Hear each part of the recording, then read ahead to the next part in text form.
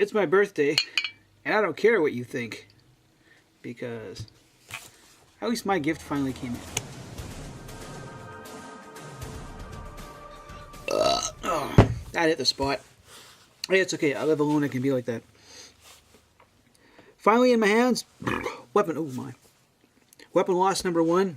It's only a week late because, well, Canada Post takes that long to finally get stuff.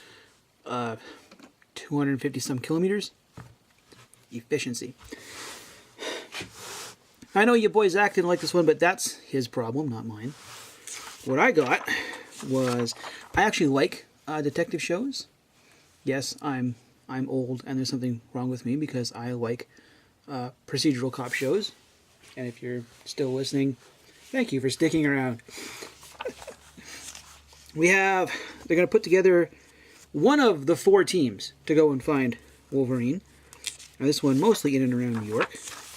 Got Matt doing a bunch of monologue stuff, saying why he likes it dark. He manages to call up one of his friends on a flying bike, which is pretty cool. For a minute there, I thought he was actually tracking. He was like, this might be Wolvie, and I was like, wait a minute, that's a tie. I think Wolvie would be caught dead wearing a tie.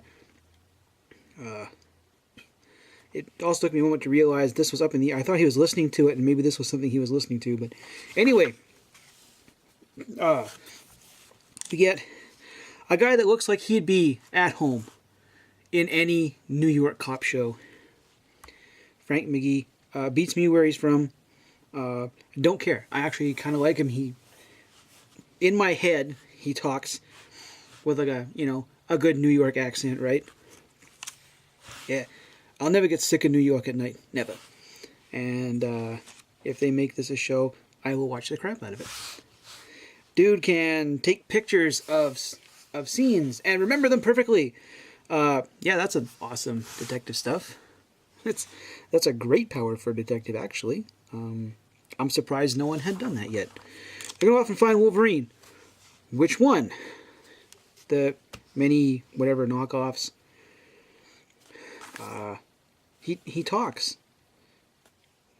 I know, the problem with comics is you can't really figure out the pacing if you're reading it, right? Like, I know a certain someone that went off on this sounding like a Netflix TV show. But if you break it down to where they speak like human beings, like at the same pace, right? Then all the dialogue works. There's going to be breaks. There's going to be pauses. Emphasis here, a little less there, trail off. And then it sounds like it's on the page. It's a block of text, right? There's a fair bit of dialogue. But you look at these guys, right? Like even just they're talking about, so maybe you forgot, the humans were at war with the mutants not so far back. Supposed to be all nicey nice now, but just because peace got declared doesn't mean we're ever going to like each other. Grudges have their own lifespans. And once you get through that, then the dialogue doesn't seem kind of flat and forced for what it is. They go and they pick up another detective, which is where I started getting, like, I knew Misty was in it because she's on the cover. Sitting there having a beer because she's a retired cop. Just assume it's a beer. It's an awfully big mug. If she was drinking just regular, there'd be 2 fingers of something in there. About yay much. Does a bit of show off. Breaks an 8-ball to scare away a bunch of thugs. And they have to try to convince her to be in the group. And then I started looking over the way, like, Matt's neck is actually kind of pushed back here. And I looked at it. And a lot of times the background people don't get a lot of work put into them. But then you look at this panel here, if I can get it up to you. Each of those people are individual people. Head sizes are different, the hair is different, the body style is different. Tell me this dude doesn't look at home.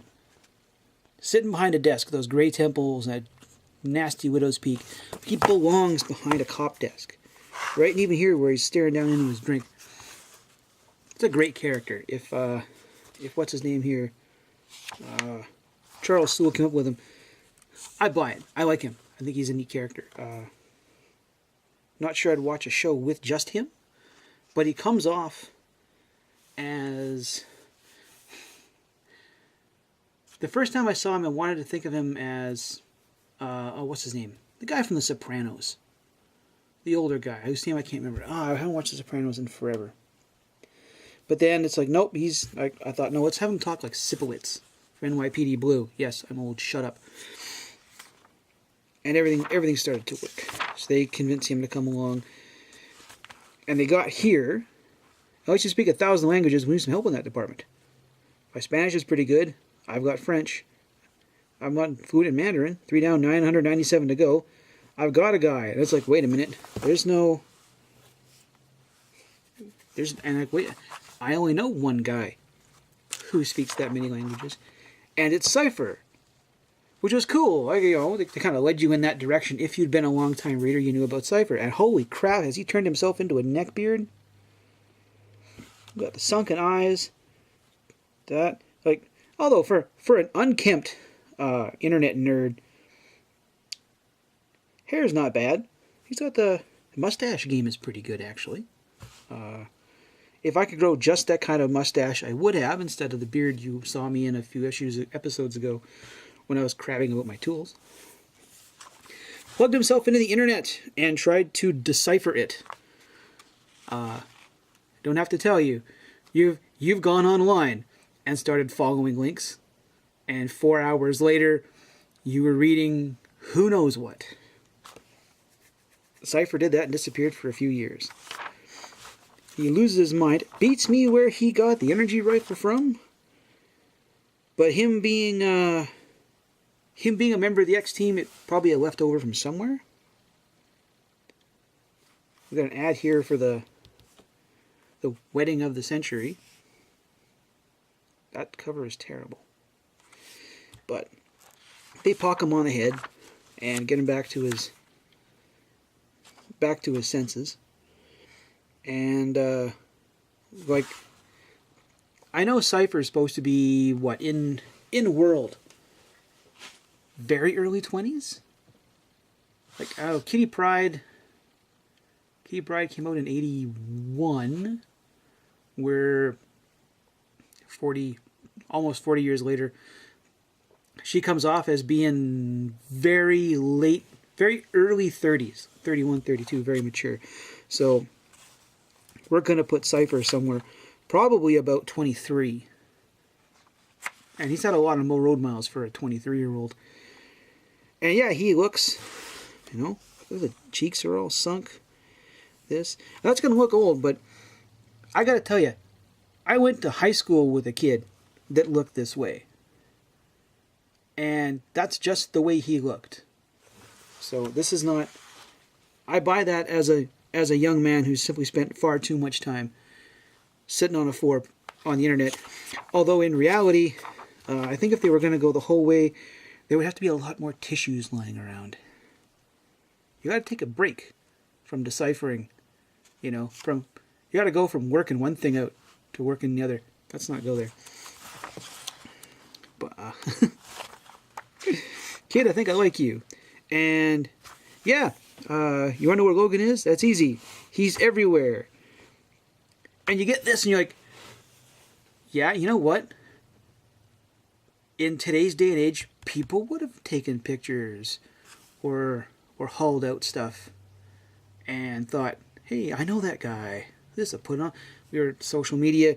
Yeah, he would be, right? They've got, granted, the text is probably just lorem ipsum and I can't read it. Let's see if I can't read any of this. If I do this, you can't see what I'm doing. Wolverine versus Black Bear. Amazing facts about Wolverines. Yeah, the Google thing came up with actual animal facts. That's hilarious. Wolverine Google. Yeah, it's a Google. Oh my! It can't be. It can't. Hang on. I have my Google box up right here, and now you go. Turn that on. This is what I like having a wireless keyboard. Wolverine.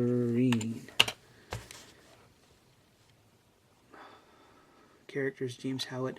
Of course, it knows what I'm talking about, right? So I have to put in Wolverine animal facts. Basic facts about Wolverine, learning facts about Wolverines, blah blah blah. Yeah, it's it's a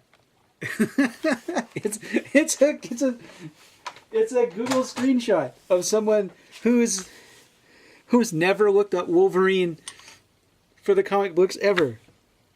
That's actually pretty funny. USE, yeah, here's where he's been. He's been good. Well, granted, he's probably going about as many places as Elvis. Let's think about it that way, right? If you had the space stone, you'd go anywhere you wanted. Let's face it. I'm committing now. Right now, I'm committing to the other 3 issues of this. I already got Adamantium Agenda ordered. I haven't paid for it yet from Happy Harbor. I'll be buying these. And I gotta tell you, Claws of a Killer is probably the one I'm least looking forward to reading. I'm not a fan of having this group of characters together. Like, yeah, okay, they're all bad guys. Finally, Deathstrike has... If I can get in here. Deathstrike has the right kind of fingers. The bladed fingers instead of the long pointy things. You think by now Dakin would have given up looking for Wolverine. Wolverine will find you if that's what he wants. And then we're getting Mystery in Madripoor. And I don't... Of the group in here, Storm, Rogue, Psylocke, Jubilee, and Domino. Domino is one that doesn't make sense to me. Maybe I've missed something. I think that would be Armor. Or, well, I guess it can't be Kitty. Kitty's busy running a team. You couldn't put... I wouldn't put Miss Marvel in there, despite the fact we know Wolvie and Ace have a history, but I don't want Miss Jackboot in my comic, my Wolverine comic. Nope, but that's it. Yeah, that is a bunch more books I'm going to read, because finally my hero's back. And I'm happy to have a reason to buy comics again. And I don't care how you feel. I just polished that off. And I'm in a good mood. And I'll see you later.